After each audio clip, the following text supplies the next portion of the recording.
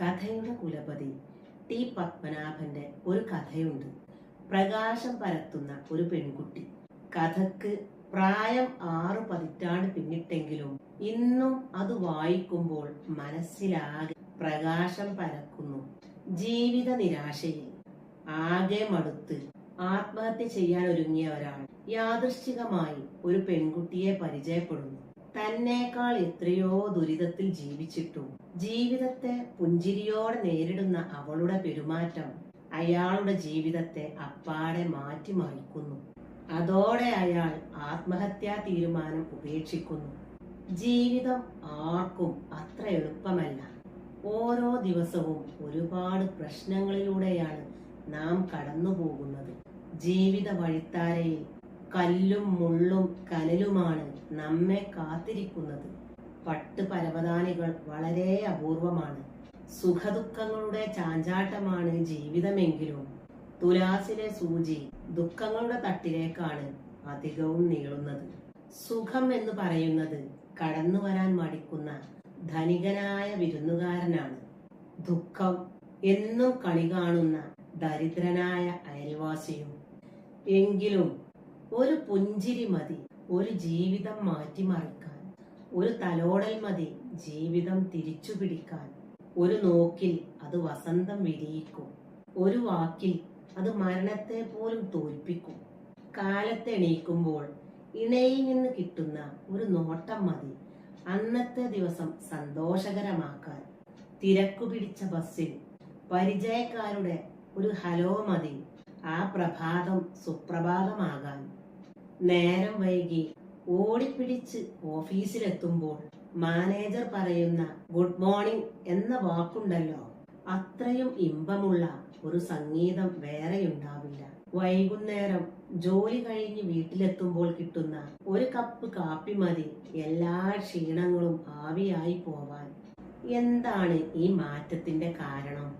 ആ ദിവസം നമ്മുടെ ജീവിതത്തിൽ നമുക്ക് കിട്ടിയ ചില ഇന്ററാക്ഷനുകളാണ് ഈ മാറ്റത്തിന്റെ പ്രചോദനം.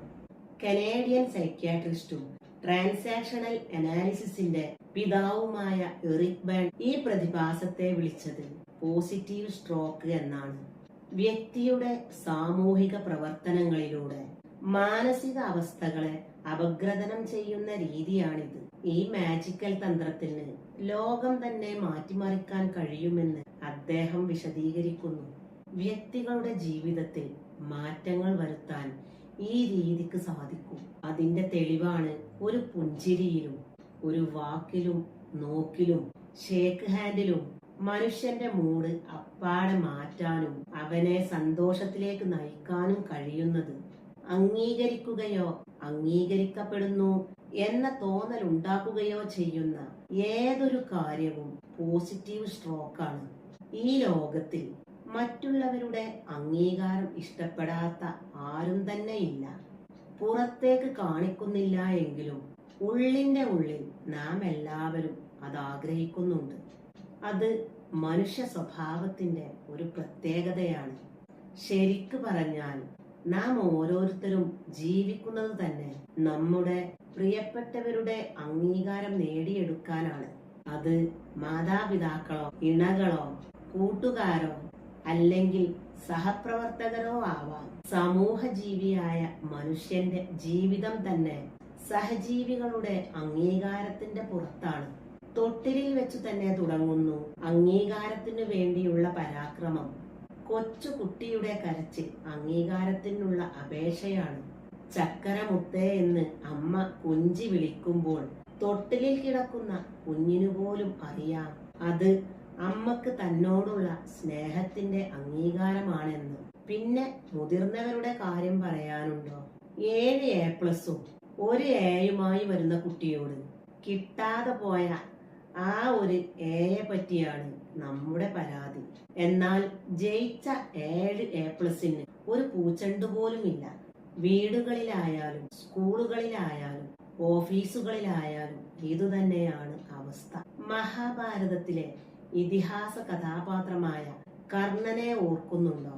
എല്ലാം തികഞ്ഞ പോരാളിയായിട്ടും എല്ലാ രംഗത്തും ഗുരു കാരണവന്മാരുടെ അധിക്ഷേപങ്ങൾ ഏറ്റുവാങ്ങേണ്ടി വന്നു കർണന്.